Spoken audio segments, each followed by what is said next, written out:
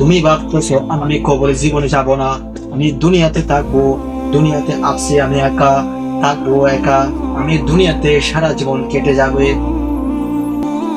ভেবে দেখো যুবক, তুমি যদি সত্যিকারের মুসলমান ছেলে হয়ে থাকো, তোমার যদি সত্যিকারের নরাজ থেকে থাকে, তুমি একবার ভেবো, আমার দাদাই ছিল তো, আমার মামাই ছিল, আমার শ্বশুর ছিল, আমার অনেক আত্মীয় প্রতিবেশী ছিল, ওগুলো কোথায়? তাদের সম্পত্তি টাকা পয়সা রেখে তারা কোথায় গিয়েছে? একদিন তোমাকে আল্লাহর সাথে সাক্ষাৎ করতে হবে, একদিন তোমাকে আল্লাহর সাথে সাক্ষাৎ করতে হবে। এটা কখনো বলবে না, এটা কখনো মিথ্যা হতে পারে না, মিথ্যা প্রমাণ করতে পারে নাই, সামনে পারবে না ইনশাআল্লাহ।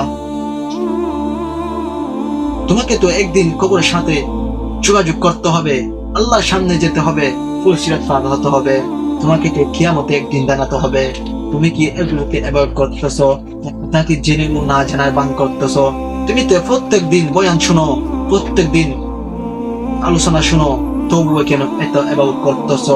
কিসের কারণে তুমি অ্যাভয়েড করতেছো? তোমার এমন কি আছে তুমি অ্যাভয়েড করতেছো?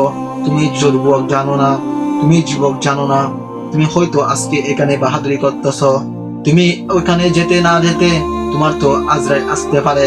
তুমি কিসের জন্য বাহাদুরি করতেছো? কি নিয়ে তুমি বাহাদুরি করতেছো? কিসের জন্য তুমি আল্লাহকে সিজদা দাও না? কিসের জন্য তুমি মা বাবার সাথে বেয়াদবি করো?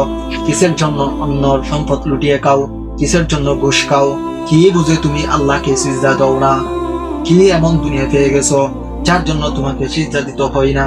এমন কি দুনিয়া পেয়ে গেছো যুবক যার জন্য আল্লাহকে ইবাদত করতেছো?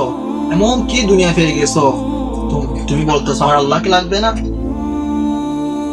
কি দুনিয়া পেয়ে গেছো তুমি? তুমি আল্লাহকে ছেড়ে দিচ্ছ?